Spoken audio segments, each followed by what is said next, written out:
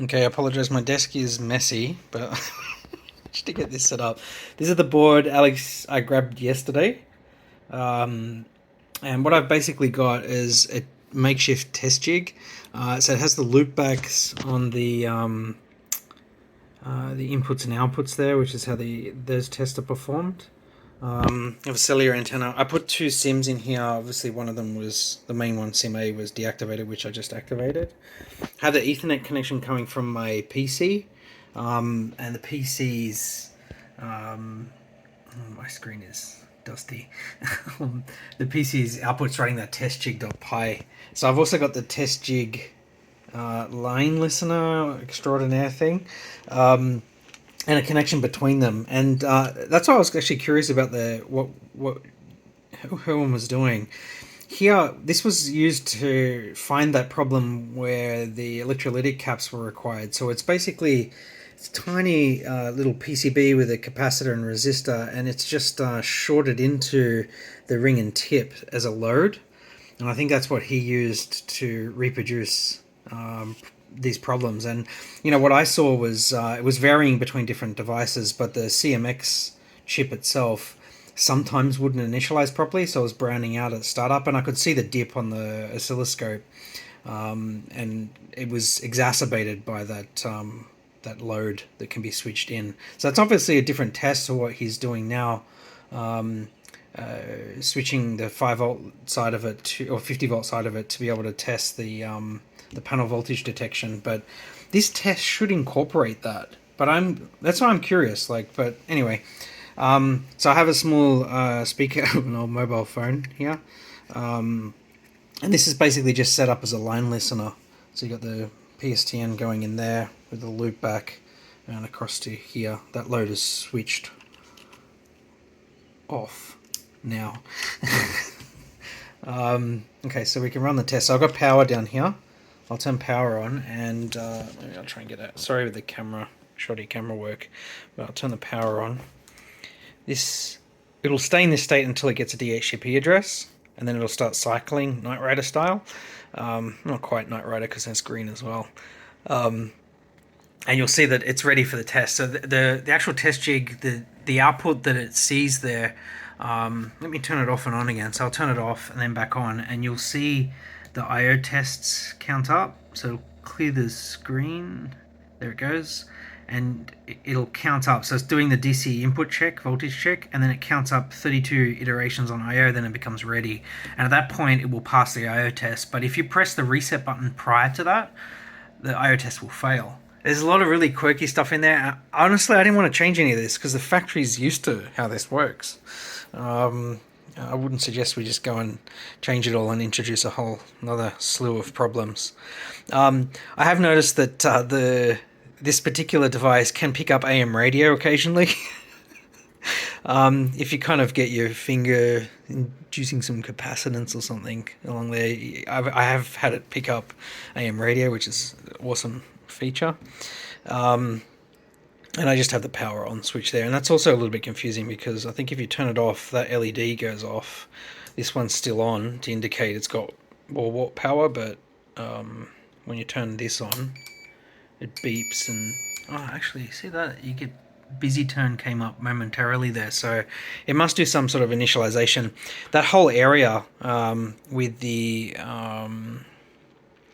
the PSTN modem test and DTMF tests, I kind of get what's going on there, but there's a lot under the covers that's confusing, and would probably take a lot to determine what every single line of code's doing there.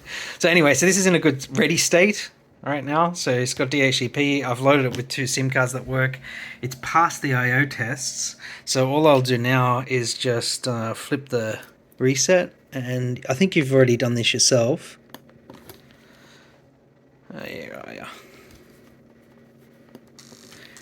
And you hear it starts the line test there, with the line listener. It establishes like one of those VBS handshakes, or modems, old school. And I think it just sends across DTMF tones behind the scenes.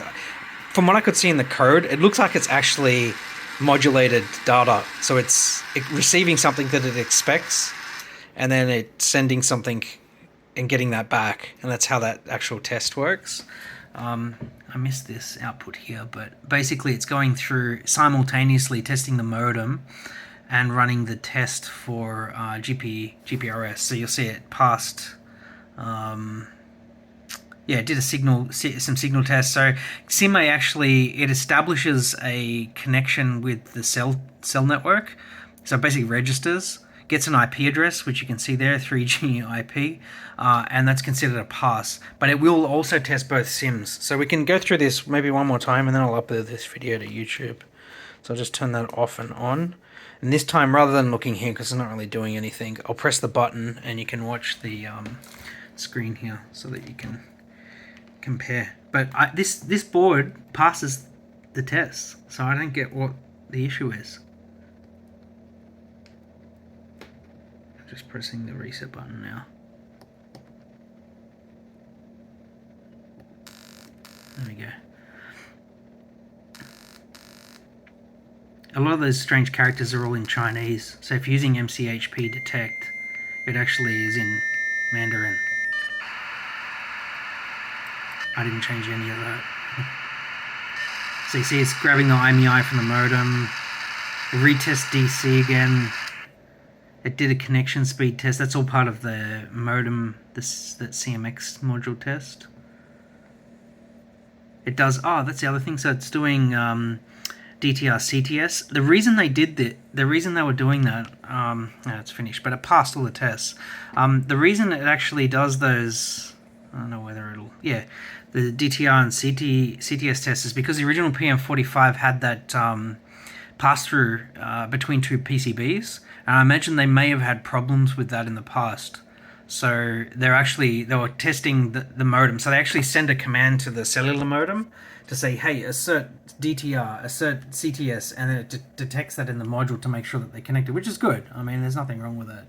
But these tests look like they're complicated initially. Then you get into it and you go, there's not much to it, but actually underneath it all, there's a lot going on. So your initial instinct is correct.